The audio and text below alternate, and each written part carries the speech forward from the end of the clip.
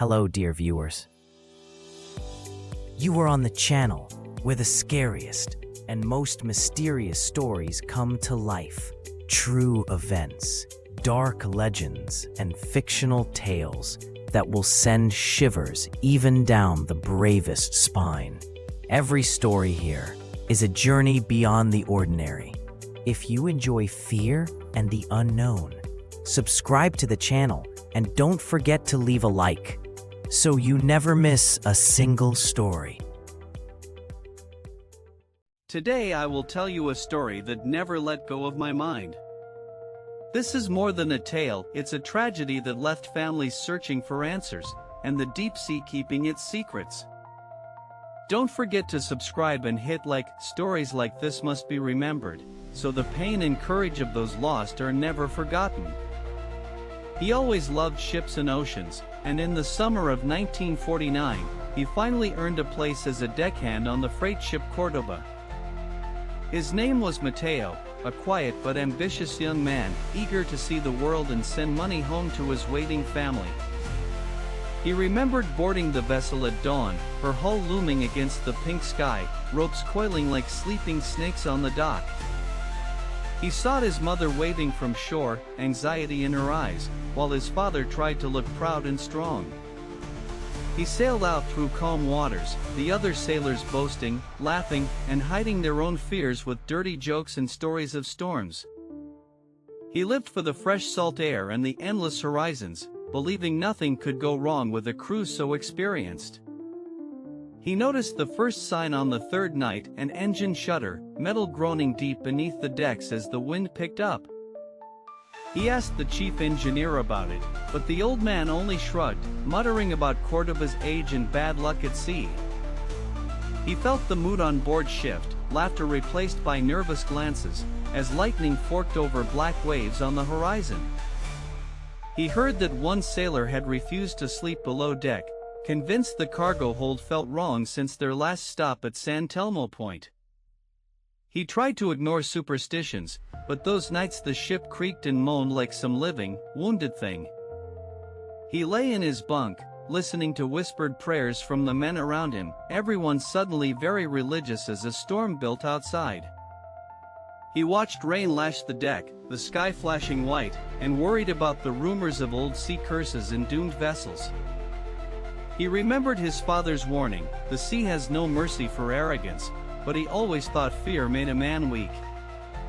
He was posted on night watch when the first unexpected wave struck, slamming the ship sideways and tossing men out of their bunks. He gripped the railing, knuckles white, as hail the size of pebbles rained down and the captain screamed new orders from the bridge. He saw rigging snap and cargo shift, barrels rolling loose and water pouring through cracks in the hatch. He shouted for help, but the wind smothered his voice, and the deck became a chaos of falling ropes and broken crates. He tried to secure a lifeboat, heart racing as another wave crashed over, tearing it loose and sending it spinning into the Black Sea.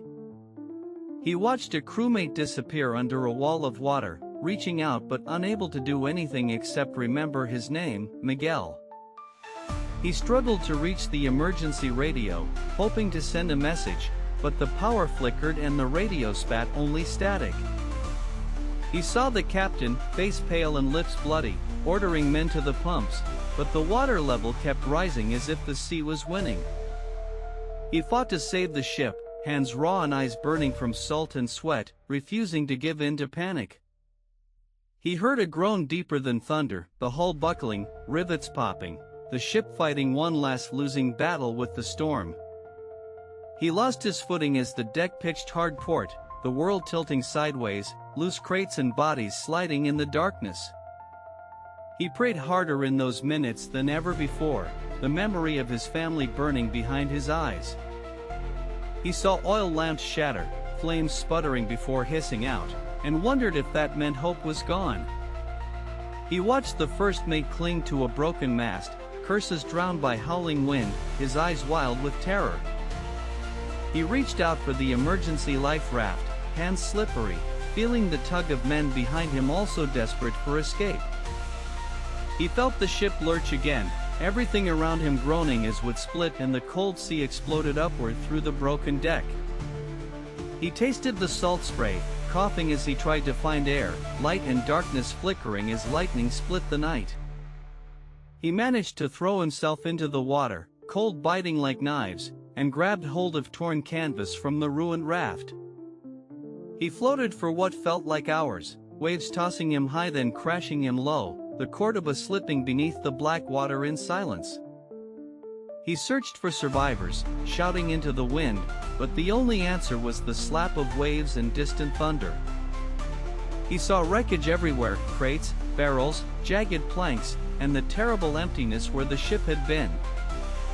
He remembered every man aboard, their jokes, their stories, now gone, pulled down into the deep with no graves but the sea.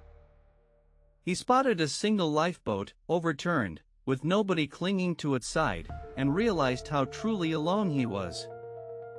He clung to hope, thinking of his home, picturing dry land, but the storm showed no mercy, rolling waves endlessly.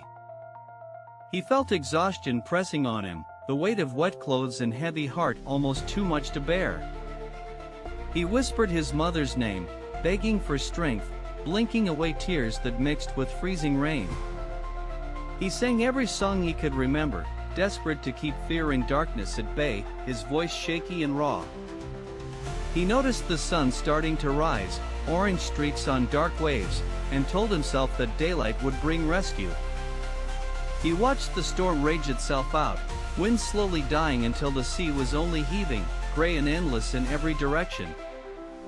He counted each minute, mind drifting in and out of memory, images of old friends, childhood, and home flickering by.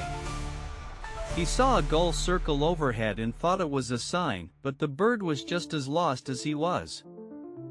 He squinted at the horizon, willing a ship or a plane to appear, but the world stayed empty and silent. He spotted a barrel floating nearby and grabbed it, grateful for anything to help him survive a little longer. He began to lose track of time, sun and waves blurring together, thirst burning his throat and skin stinging with salt. He remembered survival stories, men lasting days at sea, and promised himself he would not give up, not for his mother or father. He watched as night fell again, darkness closing in, unfamiliar and terrifying, every sound louder, every shadow more threatening. He dreamed of home, about the smell of bread, the laughter of siblings, the warmth of a kitchen, everything he now feared he'd never see again. He woke to the burning sun, lips cracked, skin tight and hot, delirium creeping through his mind like a fog. He saw shapes on the horizon, blinking hard to be sure it wasn't his imagination. Finally, a small fishing boat coming closer. He waved and shouted, putting the last of his strength into a cry for help, as the men aboard spotted him drifting. He collapsed as rough hands pulled him into the boat, their voices distant at first, then sharp and urgent, shouting for water and blankets. He woke days later, safe in a small village hospital, surrounded by unfamiliar faces and the smell of medicine and hope. He learned he was the only survivor of the Córdoba, the sea claiming every other crewman, their families left waiting for sons who would never return. He told his story to anyone who would listen, haunted by memory, swearing never to forget the men lost beneath the waves. He carried survivor's guilt his whole life, the weight of so many names carved deep into his heart. He returned every year to the shore where he last saw his mother and father, leaving flowers for every soul drowned by the unforgiving sea.